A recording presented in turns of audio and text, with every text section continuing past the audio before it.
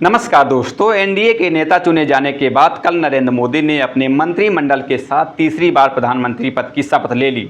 शपथ समारोह के दौरान विश्व के कई बड़े दिग्गज नेता राष्ट्रपति भवन में मौजूद रहे। मोदी के इस शपथ समारोह के बाद राजनीतिक हलचलों में एनडीए की आगे की राह पर चर्चा जोरों पर है। आलम यह है कि बीजेपी के अंदर सुगबुगाहट है कि अब जब बीजेपी के पास में पूर्ण बहुमत नहीं है तो फिर मोदी अपने तमाम उन एजेंडे को कैसे आगे बढ़ा पाएंगे जिनके विरोध में कभी नीतीश कुमार और चंद्रबाबू नायडू खड़े रहते थे। इसलिए बार बार इस बात का भी जिक्र हो रहा है कि क्या मोदी 3.0 सरकार अपना 5 साल का कार्यकाल भी पूरा कर पाएगी। सामाजिक धार्मिक संगठन जमात-ए-इस्लामी हिंद ने शनिवार 8 जून को लोकसभा चुनाव के परिणामों को घृणा और विभाजनकारी राजनीति के खिलाफ जनादेश बताया है। जमात ने सभी राजनीतिक दलों को जनादेश के संदेश को समझने और आत्मनिरीक्षण करने की सलाह दी है। जेडीयू यानी कि जनता दल यूनाइटेड और टीडीपी यानी कि तेलुगु देशम पार्टी समेत भाजपा के सभी सहयोगियों से जमात ने आग्रह किया कि वे भाजपा के विभाजनकारी एजेंडे और देश के किसी भी वर्ग के साथ अन्याय का विरोध करें। वहीं नई सरकार के शपथ ग्रहण से एक दिन पहले टीडीपी यानी कि तेलुगु देशम पार्टी के नेता और एन चंद्रबाबू नायडू के बेटे एन लोकेश नायडू ने परिसीमन और समान नागरिक संहिता जैसे विवादास्पद मुद्दों पर निर्णय एक तरफा न लिए जाएं। साथ ही उन्होंने आश्वासन दिया कि किसी भी समुदाय का आरक्षण नहीं छीना जाएगा। मीडिया रिपोर्ट के मुताबिक पत्रकारों से बात करते हुए जमात-ए-इस्लामी हिंद के प्रमुख सैयद सदातुल्लाह हुसैनी ने कहा कि नई सरकार अकेले भाजपा की नहीं बल्कि एनडीए यानी कि राष्ट्रीय जनतांत्रिक गठबंधन, जिसे इंग्लिश में नेशनल डेमोक्रेटिक अलायंस कहते हैं, उसकी है। टीडीपी और जेडीयू ने अपने घोषणा पत्र में समावेशी नीतियों, सभी के लिए न्याय और विभाजनकारी एजेंडे का विरोध करने की बात कही है और उन्हें भाजपा के विभाजनकारी एजेंडे का विरोध करना चाहिए।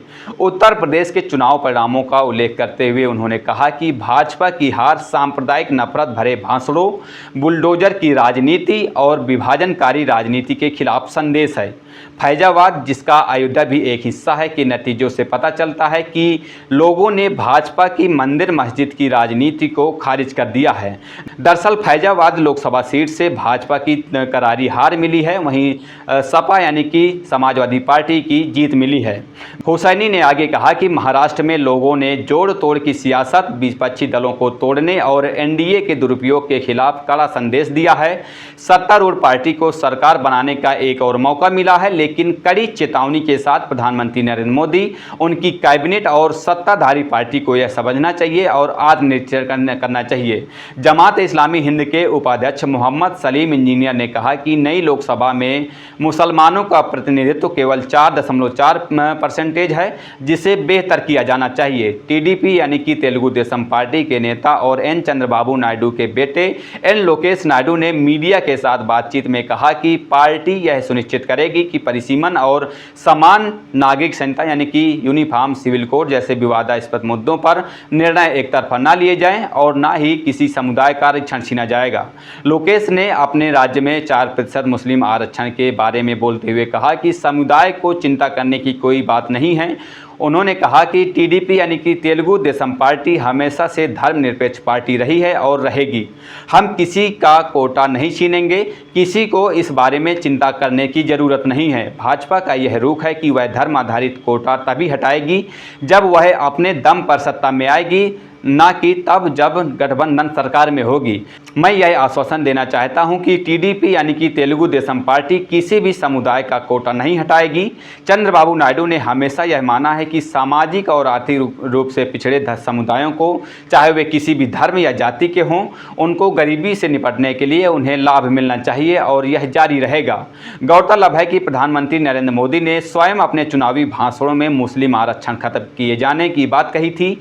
यह भी मालूम होना चाहिए कि तेलंगाना में मुस्लिम समुदाय को आरक्षण प्राप्त है। नीतीश कुमार की जेडीयू 12 सांसदों के साथ एनडीए की तीसरी सबसे बड़ी घटक दल है। खबरों के मुताबिक जेडीयू अग्निवीर योजना पर पुनर्विचार, देशव्यापी जातिगत जनगणना, बिहार को विशेष राज्य का दर्जा और समान नागरिक संहिता यानी कि यूनिफॉर्म सिविल कोड पर व्यापक चर्चा चाहती है। हालांकि जेडीयू के नेता केसी त्यागी का दावा है कि पार्टी कोई भी पूर्व शर्त नहीं है, पार्टी ने बिना शर्त समर्थन दिया है। बहरहाल अब देखना होगा कि मोदी 3.0 अब कैसे अपना 5 साल का कार्यकाल पूरा करेगी और अगर ये सरकार गिरती है तो इसकी राह में रोड़ा कौन बनेगा। फिलहाल इस वीडियो में इतना ही, मिलते हैं किसी नए वीडियो के साथ, तब तक के लिए बहुत बहुत धन्यवाद। जय हिंद, जय भारत।